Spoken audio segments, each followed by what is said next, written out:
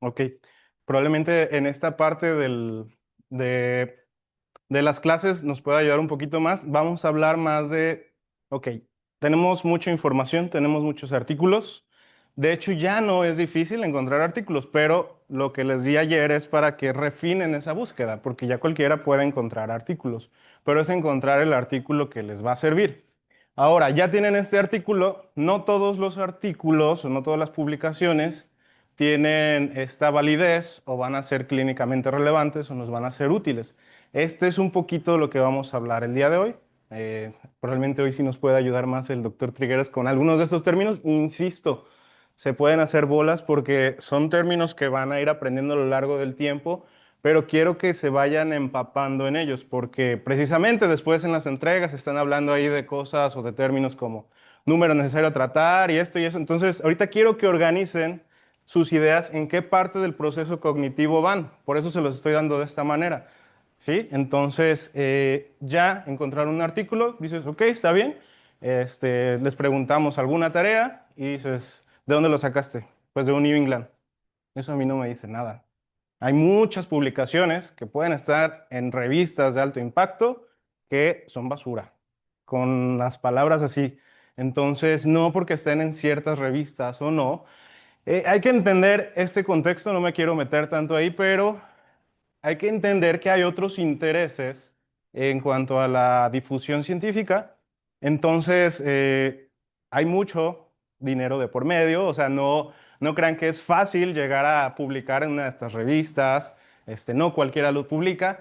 Y digo, aún así, o sea, es bueno y malo, ¿sí? Que no cualquiera lo pueda publicar, pero también tenemos que verlo desde esa perspectiva que puede haber otros intereses detrás de todo esto, incluso políticos, etcétera. No me quiero clavar en ese sentido, pero tienen que entenderlo. No es color de rosa. Entonces, no porque algo esté publicado en una revista quiere decir que forzosamente es bueno. Aunque la revista tenga más de 100 años y tenga el impacto que tenga, tienen que ser juiciosos a la hora de leer cada uno de sus artículos. El lunes vamos a hacer un ejercicio con un Journal Club, con Jorgito, y vamos a empezar a ver cómo a desmenuzar esto. Insisto, esto es la teoría para que traten de ubicarse. No quiero que esto pues se lo queden, lo puedan abstraer al 100% el día de hoy y lo vamos a poner más en práctica el próximo lunes, ¿de acuerdo? Pero la idea es que este proceso lo vayan haciendo ustedes y que lo conozcan cómo está este proceso, ¿sí? Porque, insisto, la IA, salud, lo puede hacer de manera, o sea, si tú le das la instrucción, lo va a hacer. Pero a mí de nada me sirve que lo estés repitiendo.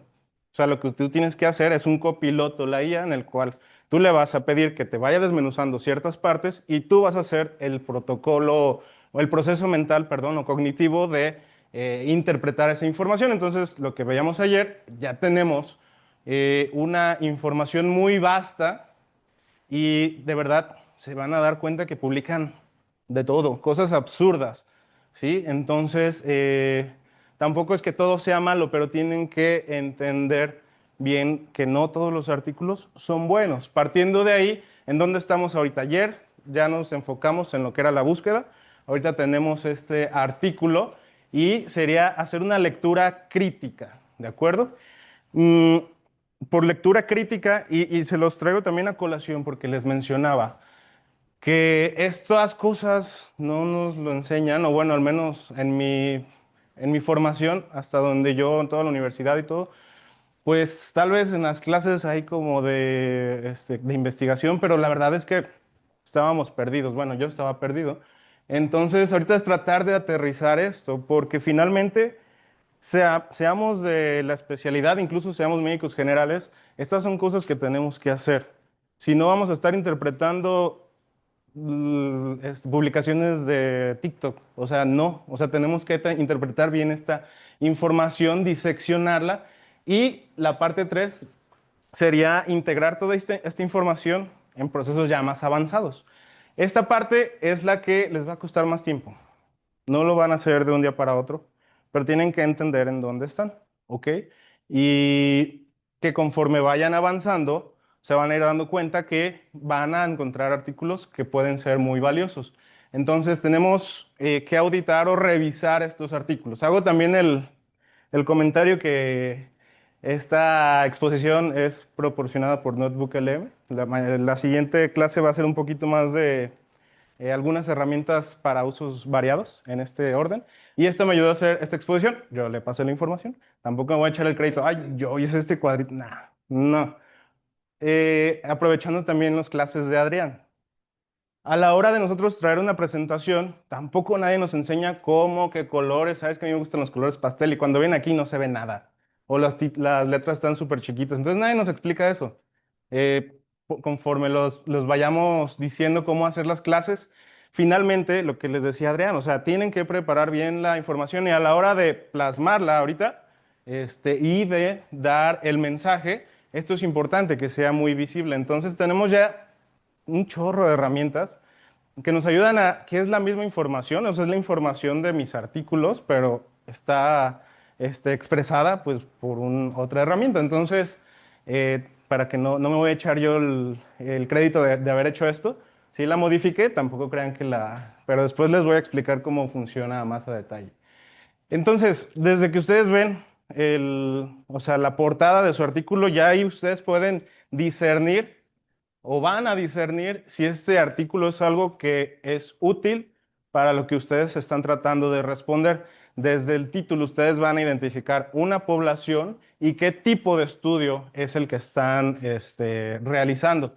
Entonces, con eso vas a saber, ya les mencioné en la clase previa, si tu pregunta es de alguna, o sea, de algún tratamiento, de alguna intervención o si es de alguna exposición, y vas a saber si ese artículo va acorde a tu pregunta pico o peco, ¿sí? Porque, insisto, no, si tú usas un artículo que tiene cierta metodología para contestar otra pregunta, aunque el resultado sea estadísticamente significativo, no va a ser clínicamente relevante. Esa es la diferencia. Entonces, en nuestro resumen, podemos ver rápidamente o sea, cómo contextualizaron la información y qué trataban de hacer, y también la, la conclusión de los autores, al menos de una manera breve, ¿no? Podemos poner miles de ejemplos y de repente aquí ya nos entra esa duda, no sé, amoxicilina para tratamiento de cáncer de páncreas. Y ahí dices, ok, ¿por qué? Entonces, o sea, eso no me hace congruencia a nivel fisiológico y dices, a ver, ¿qué está pasando? Y de repente te vas a las conclusiones y es que, pues, los autores se van a una parte muy, a veces, sobre expresan ciertos resultados. Obviamente hay un fenómeno que no recuerdo ahorita el nombre, pero tienden a poner más los resultados positivos que decir, no, pues esto sí, definitivamente no nos salió como queríamos. Entonces, este, desde aquí de entrada, si ustedes ven cosas muy, dices, esto no tiene nada de sentido, déjale, doy chance. ¿Y qué nos vamos ahora? A los métodos, porque ahí es donde está todo el meollo. Si ustedes, o sea, en los métodos es muy importante ver cómo realizaron ese estudio.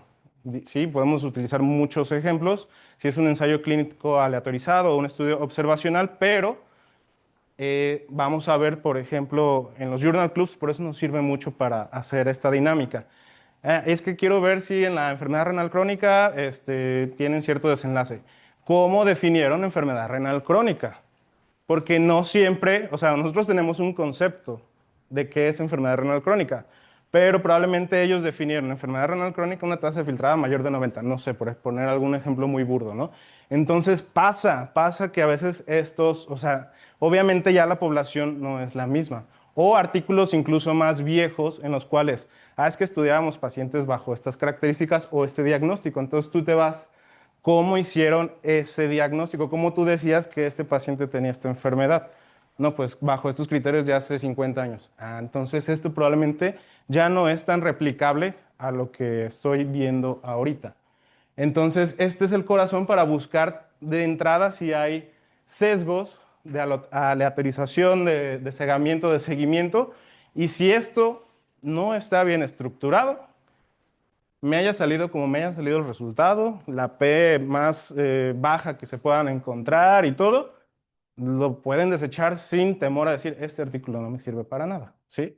O no es relevante, o quedan ciertos gaps, quedan ciertas áreas para estudiar alguna intervención. Poniendo ejemplos otra vez que sean un poquito más entendibles. Bueno, al principio, cuando usamos, por ejemplo, cualquier fármaco, ¿no? Pero cuando haciendo referencia a la dapagliflozina, bueno, primero lo vamos a usar con los que tengan tasa de filtrado arriba de 60. ¿Por qué? Porque no se ha estudiado debajo de esto, muy al principio. Entonces, lo vamos a estudiar porque es seguro y porque no sería ético dárselo de entrada a los que están, por ejemplo, en terapia de sustitución. Entonces, poco a poco va evolucionando así la evidencia, pero tenemos que traspolarla a nuestro contexto actual, porque así es como va evolucionando y cada de estas definiciones es importante cómo lo hicieron, cómo ellos reclutaron a los pacientes, etcétera. O sea, puede haber un sinfín de errores en esta parte y si ustedes se van directamente del título o ni siquiera del título, ponen como decía Adrián el pantallazo de, no, pues es del New England, órale. Y el resultado, pues que disminuye 25% hospitalizaciones. Pues me quedo con esa idea. Sí, pero esos pacientes se murieron al final, no sé, lo que ustedes quieran, ¿no? Entonces, eso es bastante interesante. De entrada, tienen que encontrar tres principales, pues sí, amenazas o cosas que de entrada ustedes deben de saber para que esa metodología sea válida o no, o que pueda tener errores catastróficos.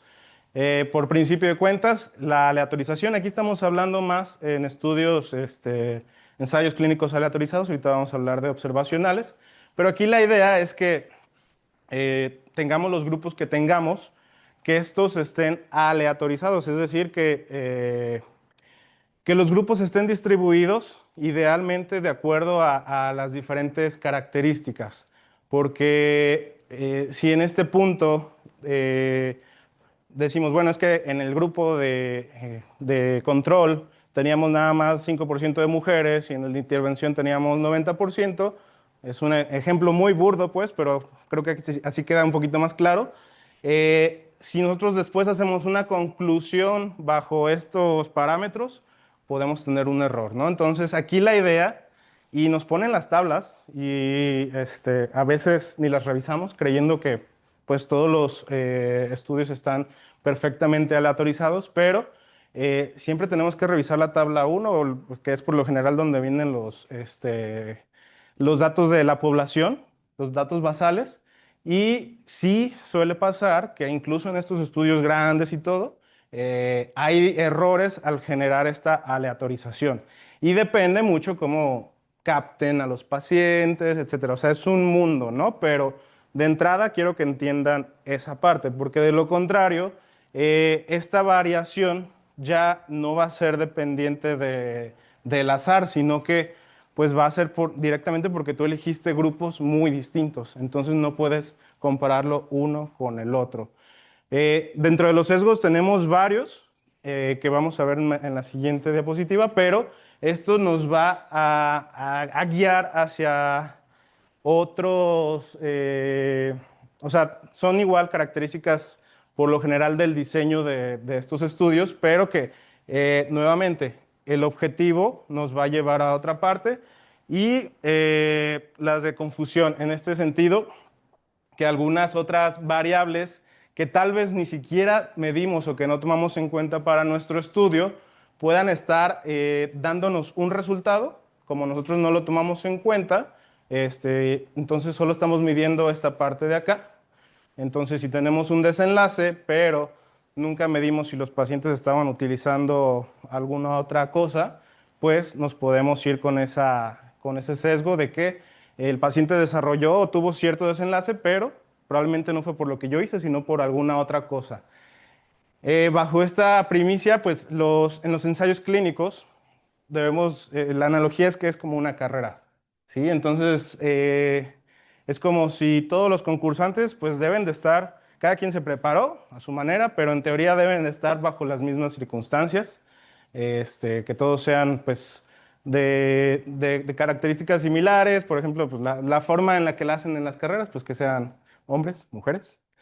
Ahorita pues ya también por ahí puede cambiar un poquito. ¿Pero por qué? Porque todo esto nos lleva a que las mismas variables genéticas y eso puedan interferir en cómo nos vamos a desarrollar durante esta carrera. Entonces, aquí tienen que estar lo más parejos posibles, ¿sí? No va a ser lo mismo que el corredor número 2, pues esté tomando ciertos anabólicos, como algunos residentes de aquí. No, no es cierto. Entonces, el reclutamiento sería esta línea de salida para ver si es justo el resultado. Durante la carrera que ustedes van a estar haciendo esta intervención, tienen que evaluar diferentes, o sea, primero sería sesgo de selección para ver que todos hayan estado bien aleatorizados, que los agarraron en un contexto que es apropiado, etcétera. Y finalmente, saber si a los participantes, por ejemplo, no, pues es que el participante 2 se tropezó y ya no lo estoy tomando en cuenta para mi resultado. Entonces, sería sesgos por desgaste, sesgo por asimetría introducida, sesgo de detección por asimetría introducida por evaluadores al medir desenlaces.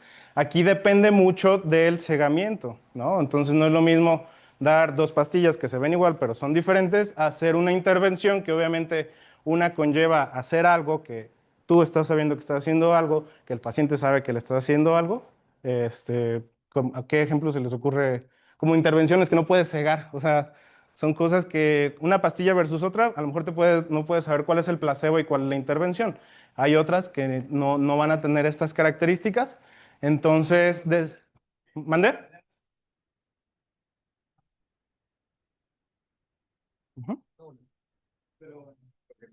Sí, más bien como intervenciones, como hacer una tomografía versus un ultrasonido. O sea, pues ya ahí, pues es que a mí me metieron ahí al tubito. Pues ya saben cuál es. ¿Sí? El azul de metileno. Y algún otro sesgo es que al final también haya cierta censura de decir, bueno, no voy a reportar ciertos resultados que son neutros o que no me dan. Entonces los pueden quitar, pero al final lo que puede ocasionar es que el resultado sea distinto. Entonces aquí también va a ser la meta, cómo vas a evaluar estos resultados. Lo van a escuchar mucho. Ahorita insisto, no se hagan bolas. Por intención a tratar es todos los que empezaron aquí, todos los vas a meter tú a tu análisis. Si lo haces por protocolo, vas a decir, ¿cuáles fueron los que llegaron aquí? Ok, voy a quitar este porque X cosa, ¿no? Abandonó el estudio, etcétera. Entonces, claramente va a ser muy distinta la interpretación, cuando esto suceda. Si hay una situación donde una gran proporción de estos corredores no llegan a la meta, aproximadamente un 20%, pues también ahí pierde un poquito de este poder estadístico al final. O sea, si estoy diciendo que casi un cuarto de la población que yo estaba estudiando abandonó el estudio por los motivos que sean, el resultado ya se tiene que interpretar de otra forma. ¿Sí? O sea, no puede ser el mismo. ¿Por qué? Porque tú cuando haces este reclutamiento, tú calculas cuántos corredores vas a tener con base en tu objetivo. No es lo mismo, tienes que establecer, no sé, ¿qué vas a buscar? Mortalidad. Ok, ¿cuál es la mortalidad que se reporta de X enfermedad? No, pues que el 20%. Entonces, estimando ese 20%, si tú lo que quieres es determinar mortalidad asociada a algo, tú vas a calcular una N, ¿sí? Adecuada a tu población para un objetivo. Entonces, si esa N no se cumple, ya de entrada, ese es o sea, no tiene ese rigor estadístico. Si dices, bueno, yo tenía planeado reclutar 2,000, pero nada más junté dos pacientes, no, o sea, no es lo mismo, ¿de acuerdo? Insisto, uso ejemplos muy burdos, pero para que lo entiendan así. Y si aún así dices, bueno, ok, mi meta era de 2,000, completé 2,001, pero al final de cuentas acá ya nada más llegaron 1,000. Entonces no es la misma proporción de pacientes que tú necesitabas para estimarlo, ¿no? Y habría que ver por qué abandonaron eso. También es importante saber eso. ¿Hasta aquí alguna aportación? No sé, algo que se me haya ido. ¿Alguien? ¿Maestro? ¿No? Ok. Insisto, son términos que vamos a ir viendo a lo largo de todo el año. No se estresen, no los tienen que entender todos ahorita, pero tienen que saber en dónde están. Estudios observacionales, aquí no estamos llevando a cabo ninguna intervención, o sea, no le estamos dando algún medicamento, no estamos haciendo algo distinto. Aquí solo vamos a ver qué pasó.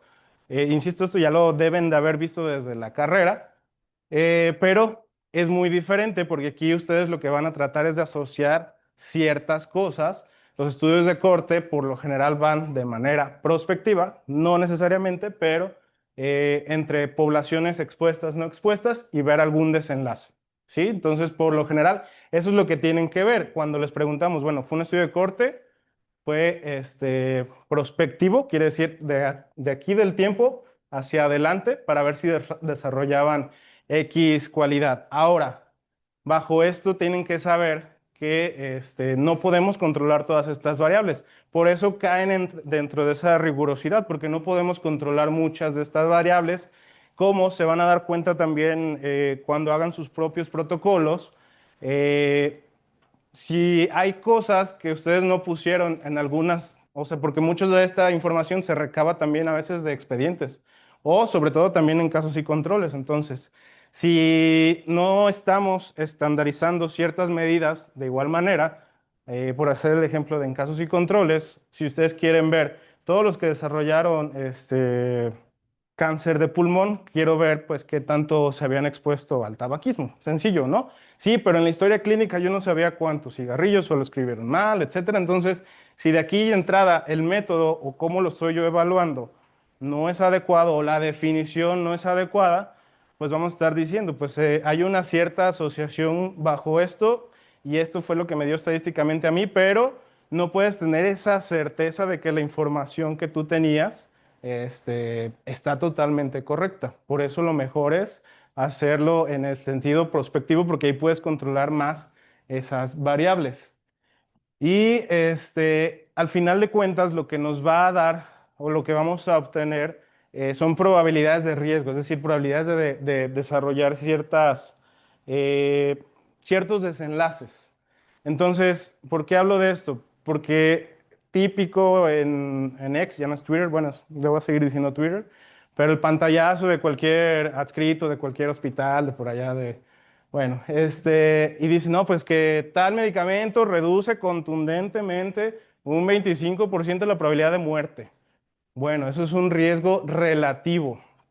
Entonces, cuando ustedes se van a ver la diferencia entre los que se habían expuesto a la intervención versus los que no, aquí en este ejemplo la diferencia fue de 1,4%, es decir, el riesgo absoluto, la reducción del riesgo absoluto. ¿Sí? O sea, es esta diferencia, este gap que hubo entre este 25, quiere decir que si hacemos esa resta serían 23,6%, ¿no? Entonces, realmente solo estás disminuyendo. Digo, aquí es muy general, de igual después nos podemos clavar más en esto, pero quiero que entiendan conceptualmente, ¿no? Porque después vamos a ver cómo hacer cálculos de esto. No siempre te lo reportan, pero ahorita, pues, incluso con todas estas herramientas, lo pueden, si se meten incluso al apéndice suplementario y tienen acceso a todas las tablas, ustedes pueden calcular esto, incluso el número necesario a tratar. Esto quiere decir que es una manera de expresar la magnitud de un evento. No es lo mismo decir, necesito, perdón, tratar a un paciente con dapagliflozina para evitar 20 eventos de falla cardíaca, a que sean, ocupo tratar a uno para disminuir la probabilidad de que ocurra uno en 1000, ¿sí? O sea, es diferente esa proporción. Te ayuda a ver esa magnitud porque puede que el porcentaje de 25% los apantalle bastante, pero cuando te vas a ver estas otras partes, puede que sea estadísticamente significativo, pero clínicamente, pues ya no es lo adecuado. O puede que sí, ¿no? Pero tenemos que ver no nada más los porcentajes, no nada más si la P es estadísticamente significativa, sino que son varias situaciones que tenemos que evaluar en todos nuestros estudios para poder hacer ciertas aseveraciones.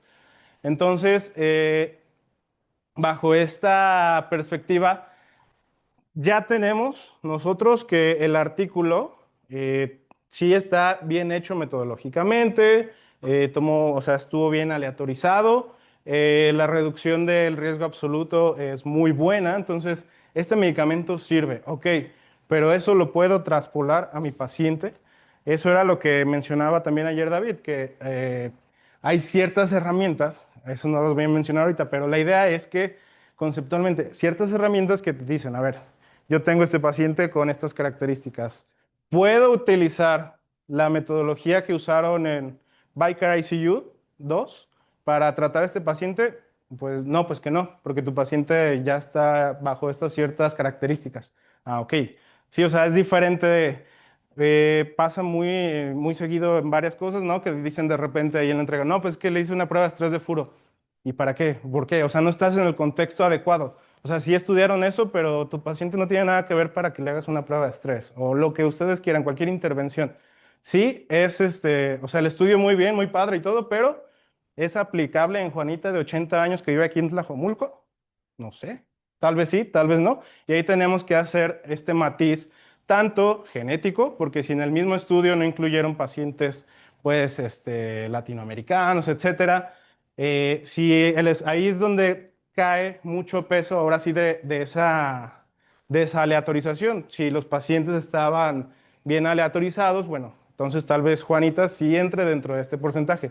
No, pues que no incluyeron pacientes arriba de 50 años, no, pues ni modo, Juanita. Entonces, no sé si este medicamento le va a ser útil. Puede que sí, pero no tengo la evidencia yo para decirle que en el caso particular de usted lo vaya a utilizar. Esto no es malo, sino que esto deja estas brechas para poder investigar después. Ok, ya lo investigaron y tienen resultados muy buenos. Ahora, ¿por qué no investigamos en este otro grupo que nos investigó? Y muchas de esas veces cuando ven distintos ensayos clínicos, Akiki 1 y después el Akiki 2. ¿Por qué? Porque dicen, me quedó este estrecho y quiero valorar ahora otra intervención, ¿sí? De ese estrecho que me había quedado en el ensayo previo y ayudo para refinar ciertas cosas. Entonces, aquí es esta parte, o sea, esta disonancia que me queda al final es ver qué es lo que voy a hacer con esa información. Y la idea no es que la IA lo puede desmenuzar todo esto que les dije de una manera en 2 minutos o menos, pero la idea es que ustedes entiendan de dónde está saliendo, qué peso tiene cada uno de estos atributos. Insisto, no, yo sé que ahorita con lo que les dije no se lo va a aprender de memoria, pero tienen que saber de dónde viene ese background. ¿Qué nos ayuda ahorita estas herramientas? Bueno, eh, con anterioridad, pues preguntaban, bueno, pásame una herramienta para traducirlos. Bueno, hay algunos que nos ayudan a traducirlo y nos podemos ayudar de esta parte de la lectura. Insisto, ahorita ya hay herramientas que no nada más nos llevan a la lectura, sino que podemos analizar nuestro material, o sea, ya tenemos nuestro artículo y yo quiero desmenuzarlo, destrozarlo, como decía Adrián, para saber si este artículo cumple con muchas de estas características. Aquí es donde entra nuestro copiloto, que sería la IA. Y el proceso cognitivo de decir, sí, Juanita, este estudio que lo hicieron en China, con este nos vamos a basar para hacer su tratamiento, ok, va. Pero ustedes tienen que conocer todo el background, que lo van a ir haciendo poco a poco, no se desesperen, pero ahí es donde entra, no al revés. Si ustedes nada más toman esto como piloto y le metes un paciente con enfermedad renal, no, ni siquiera le ponen enfermedad, insuficiencia renal, le puedo dar estatinas y así como de vaga sea la pregunta, así de vaga va a ser la respuesta. Les decía, es como un genio de la lámpara. Si ustedes le dicen, tengo hambre, dame algo de comer, pum, aquí está un pepino. Si dices, tengo hambre, quiero unos tacos al pastor que tengan cebolla, cilantro, salsa de la que sí pica, pum, lo que ustedes le piden va a ser lo que les va a dar. Si es muy vago, así les va a dar la respuesta igual de vaga. Por eso les hacía hincapié ayer en varias herramientas. Mi sugerencia en ese sentido es que sí usen algunas de las más conocidas, porque también, insisto, hay varias situaciones ahí, incluso, o sea, todo este mundo actual de la inteligencia artificial conlleva mucho del poder económico y político, bla, bla, bla. Entonces, a lo que quiero llegar, que si utilizan una herramienta que son de las más conocidas, probablemente se esté actualizando más y más. Cuando inicié esta clase hace 2 años, no podía subirle una imagen a ChatGPT porque no la podía entender, no la podía interpretar. Ahorita le puedes subir todos 5 PDFs distintos y tu. O sea, fácil, rápido. Sí, pero esto cambia aproximadamente cada 6 meses. Y me dices, bueno, es que a mí me gusta usar una china que se inventó allá, quién sabe, hace un mes, allá el David, que siempre me saca nuevas herramientas. Tal vez está bien, pero tienen que utilizar algunas de las más conocidas. Si pueden usar una que tenga un enfoque académico, por ejemplo, Cloud, también es muy poderosa. Entonces, esa es la diferencia. Y siempre fíjense, Nina, que sea ChatGPT original, no un pirata.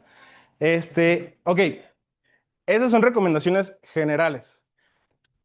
A lo que voy a llegar ahorita es que para utilizarlas, cualquiera lo puede usar. No es Google. Aunque aquí la parte que les quiero transmitir es la ética, porque nos puede generar mucha dependencia cognitiva. Entonces, sí, nos puede ayudar para un montón de cosas, pero no caigan en la dependencia cognitiva. Ustedes tienen que saber qué están buscando para poder preguntarle algo. Si ustedes ya saben algo y solo lo quieren corroborar, está bien, pero también tienen que hacer la pregunta muy específica. Y siempre corroborar que no haya estos sesgos. Además de, bueno, de estas herramientas, bueno, se les llama chatbots o todos como ChatGPT y estos funcionan a través de un prompt. El prompt es el comando que ustedes le van a dar, es la frase bonita para decir eso. Entonces, poniendo esa misma analogía del genio de la lámpara, si su prompt está muy vago, la respuesta va a ser igual. No hay una estructura ideal para un prompt, pero deben conocer que funciona de varias maneras, también dependiendo de la gente que estén usando. Hay unos que ya cada vez necesitan menos contexto y sobre todo si están usando alguno que va más al área médica, bueno, al área de investigación, no necesitas ser tan explícito en algunas cosas. Por ejemplo, si yo hablo con ChatGPT, le tengo que decir solo utiliza literatura médica o ese tipo de estudios que estén indexados, si no de repente te va a sacar algunas páginas web, etcétera. Entonces, aunque sea en pensamiento profundo. Si hay algunas otras herramientas como las que les mostraba ayer o incluso Cloud, que es así también un chatbot. Ahorita David igual nos puede ilustrar con algunas otras opciones, pero que van orientadas más a esta parte. Entonces ya no tengo que decir busca en literatura, o sea, ya sabe que tiene que ser un poquito más riguroso en las cosas que va a buscar. Le pueden dar un rol, ¿sí? Le pueden dar un rol y se la va a creer, así como cuando alguien del equipo quirúrgico le dice, voy a dejar a mi familia por ti, ok, se lo va a creer. Entonces, si tú le dices, eres un experto en medicina basada en la evidencia y quiero que analices este estudio, ok, le estás dando un rol, se la cree y de ahí que tienes que ser muy explícito. Estas instrucciones no tiene que ser concisa, pero no tiene que ser necesariamente corta, puede ser muy extensa.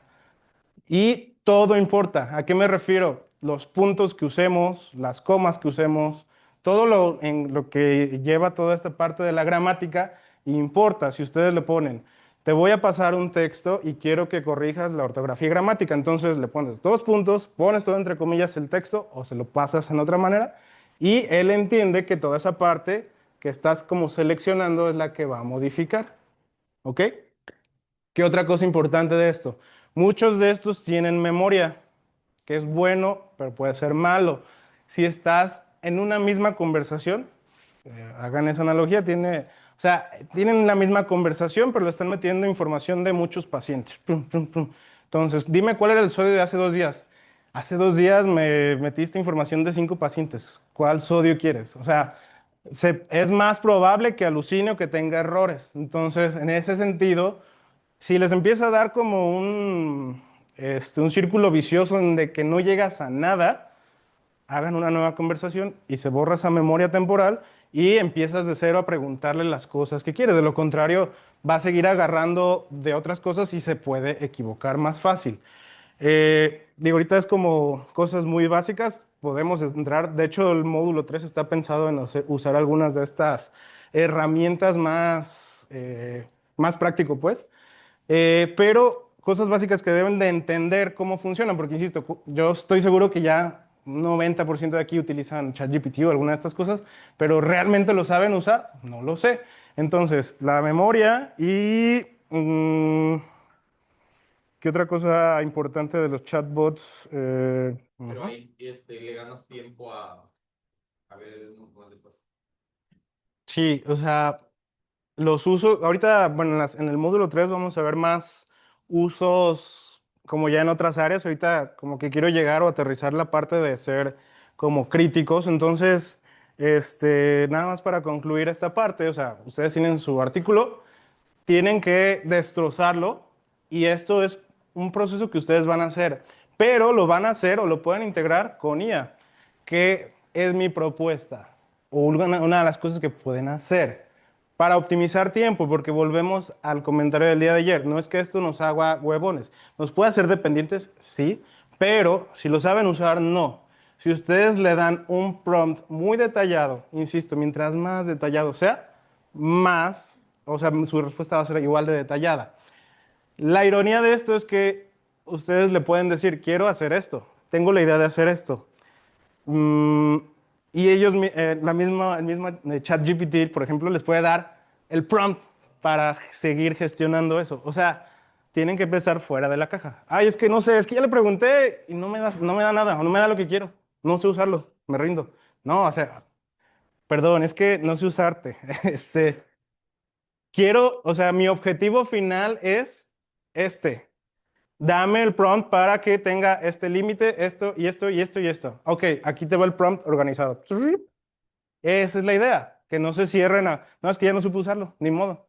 Entonces, esta parte es donde aquí le pregunté que me hiciera precisamente un prompt para hacer esta comparativa metodológica. ¿Qué es lo que pasa? Que aquí ya tiene un contexto, o sea, ya estuvimos hablando de un montón de cosas. Entonces ya tiene este contexto. Lo que dice también David es muy cierto. Si ustedes le pasan una fuente, es diferente a que agarre lo que se le antoje. Si ustedes quieren hablar específicamente de la ITSA o de ciertas escalas, le pueden subir una captura de pantalla, el texto o el documento que hablen. Entonces aquí, por ejemplo, yo le dije, quiero que me hagas un prompt, el cual yo pueda seguir utilizando en diferentes contextos aquí para comparar dos estudios. Entonces, actúa como un experto en medicina basada en evidencias y epidemiología clínica y lectura crítica para posgrado médico. O sea, le están dando la instrucción muy asertiva, que es lo que ustedes deben de ser. Pero aquí lo que va a hacer lo que va a gestionar la IA es que lo va a hacer bajo esa perspectiva. No lo va a ver como doña Juanita de 80 años que vive aquí en Tlajumulco, sino que lo va a ver como un experto en medicina basada en evidencias. Le dices qué es lo que vas a hacer, cuál es tu objetivo. Insisto, este de aquí lo puedes copiar y pegar y ya. Pero si dices, pues no me interesa mucho que vaya a esta parte, lo quitas, lo pones. Si hay un límite, la verdad, ahorita no me sé cuál es el límite o sea, cuando tú vas a generar un prompt, cuál es el límite específico de caracteres. Sí lo tiene, pero es muy grande. O sea, la instrucción puede ser muy grande, muy detallada. Entonces, finalmente, la idea es esa, que ustedes nada más copien este prompt, abren una nueva conversación y aquí pueden pegar, ay, se me fue el enter, perdón. Aquí, si yo le paso así, tal cual la información, me dice, ok, súbeme los dos artículos, convenios.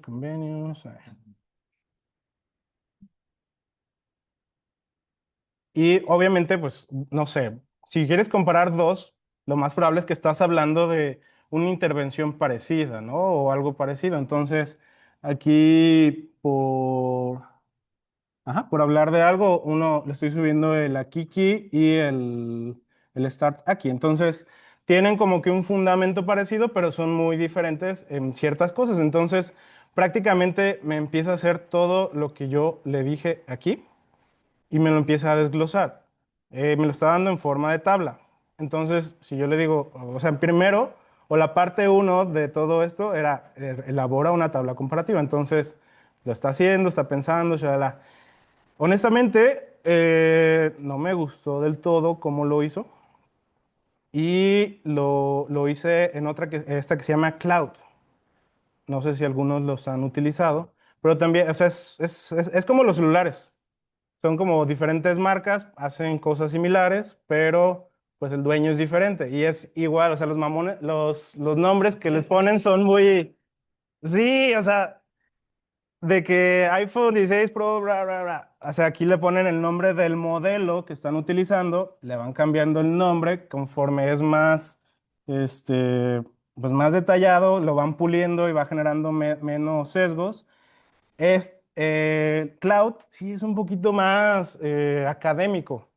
Y sí, la respuesta, bueno, ahorita ya lo había hecho pero eh, ahorita se va a tardar un poquito, pero me gustó más cómo me dio a mí la información, cómo la fue preparando.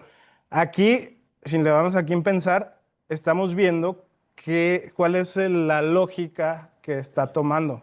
Entonces, por eso es lo importante de cómo dan la instrucción, porque aquí está diciendo, bueno, o sea, el usuario me está pidiendo que haga una comparativa de estos dos.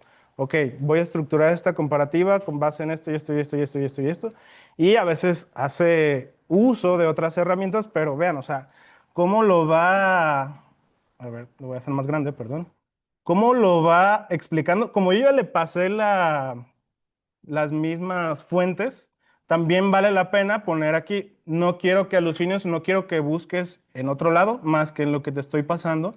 Y finalmente me está aquí dando el tipo del estudio y esa es la misma, o sea, lo está poniendo de una manera muy similar la información, no está diferente, sino que lo agrupa para expresarlo de la misma manera. Aquí te da el periodo de reclutamiento, bla, bla, bla. Y, o sea, es todo un prompt muy largo, que obviamente si aquí nos vamos a llevar algo de tiempo, pero lo está construyendo a través de lo que tú ya le pasaste. Entonces tú aquí ya puedes ver de una manera cómo hacer esta crítica de este artículo.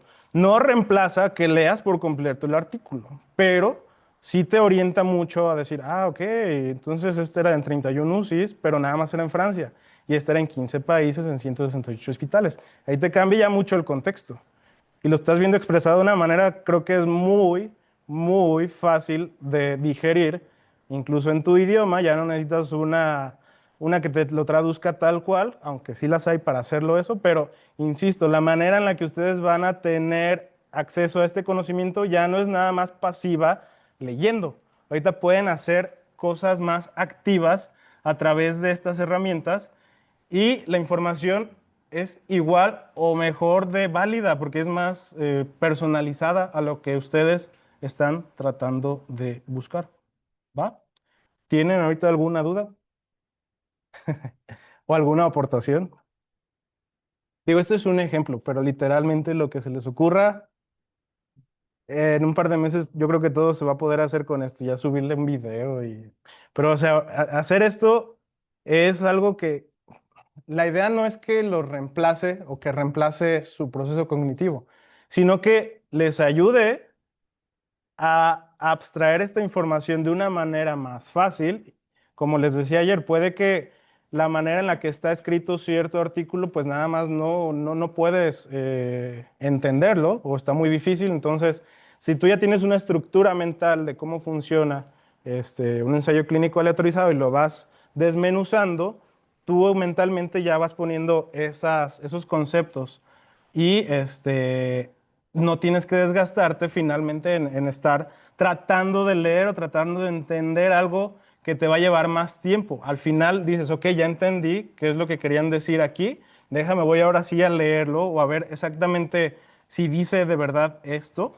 Insisto, no es 100% veraz, pero 97% no se va a equivocar en lo que le están preguntando, si es que le hicieron la pregunta correcta. Entonces, les digo, aquí les da estas conclusiones y pues aquí lo interesante es que pues ya le están poniendo las fuentes. ¿Pueden hacerlo sin subir los PDFs? Sí.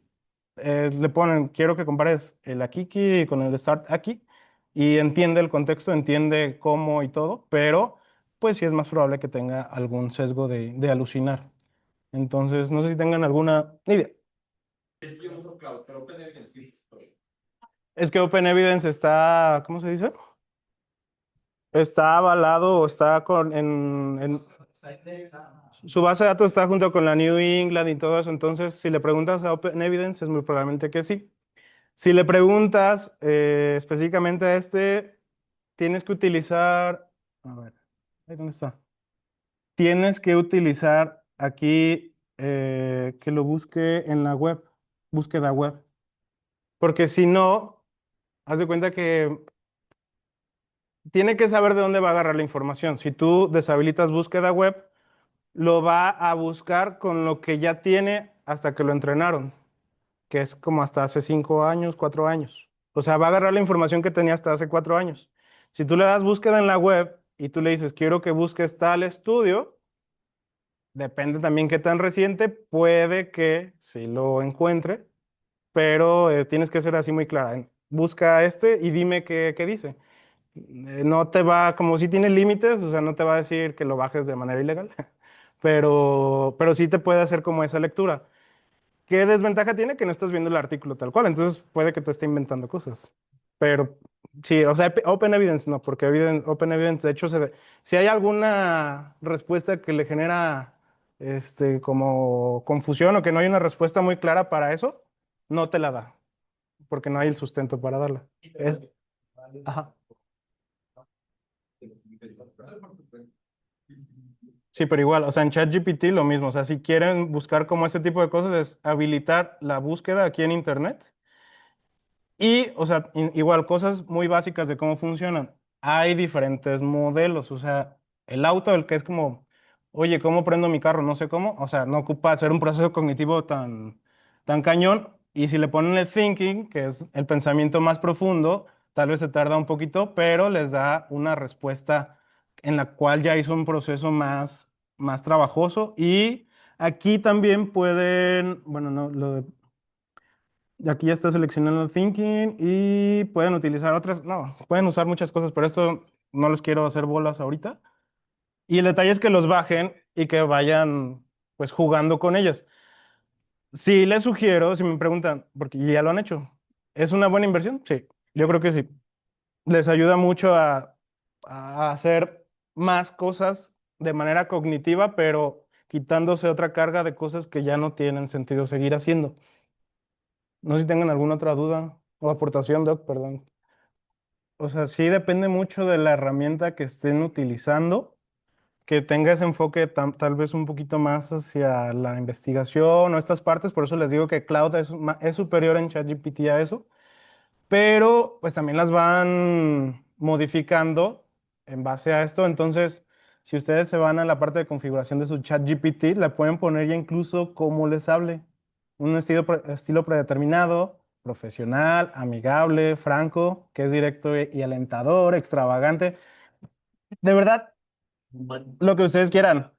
O eficiente, conciso y sencillo, etcétera. De hecho, muchas veces, no sé si han estado utilizándolo, pero les aparece así como de, ¿cuál respuesta quieres, esta o esta? Entonces ya ahí mismo te va conociendo y lo vas personalizando en de que, a él no le gusta que le eche tanto choro, o sí, porque es internista. De hecho, aquí le pueden poner cómo le gusta que te digan, cuál es tu profesión y igual, o sea, todo de qué tan entusiasta, pero sí, o sea, en general están diseñados de esa manera. Entonces es poco probable que te diga, estás todo menso. No, no va por ahí, pero sí puedes modular estas respuestas en cierto sentido, pero sí, o sea, se trata de que busquen en herramientas que tengan una solidez mayor en cuanto a la investigación.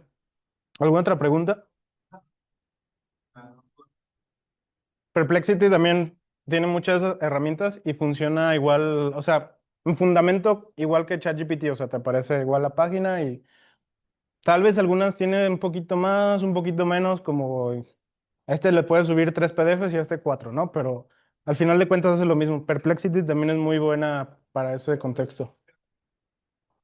Por ejemplo, estoy en esto, yo no pienso pagar toda serie, pero digo, Ujú. por cuál, si voy a hacer mi, ¿cuál me conviene? Uy. El más versátil de El más versátil sería ChatGPT, también porque lo pueden utilizar en todos. Perplexity también está ahí, o Cloud. O sea, cualquiera de esos tres que utilicen de entrada, o sea, para como búsquedas random o Open Evidence, para búsquedas así generales. Si ya se quieren clavar más en la información, las otras que les había dado de consensus y eso. Pero yo creo que depende mucho ya de la tarea específica. Puede que uno brille más en algo y, por ejemplo, Gemini, actualmente cuando le pides que haga una búsqueda profunda, es decir, quiero una revisión literaria de insuficiencia cardíaca. Si tú le pides eso, Gemini ahorita es más probable, con el modelo actual, es más probable que alucine, así como decía. y hace unos meses era muy buena para eso. Entonces también depende cómo van refinando los modelos y casi, por eso digo que es como los teléfonos, cada 6 meses están actualizando. Entonces la respuesta es depende, pero sí, yo creo que el más versátil sería ChatGPT o Cloud y están más o menos parecidos. De hecho, ChatGPT te deja usarlo gratis, pero te da un límite. Y bueno, esto es igual una empapada, pero de un uso muy particular que pueden hacer en el día a día. Y les voy a compartir tanto estos prompts como bueno, obviamente el video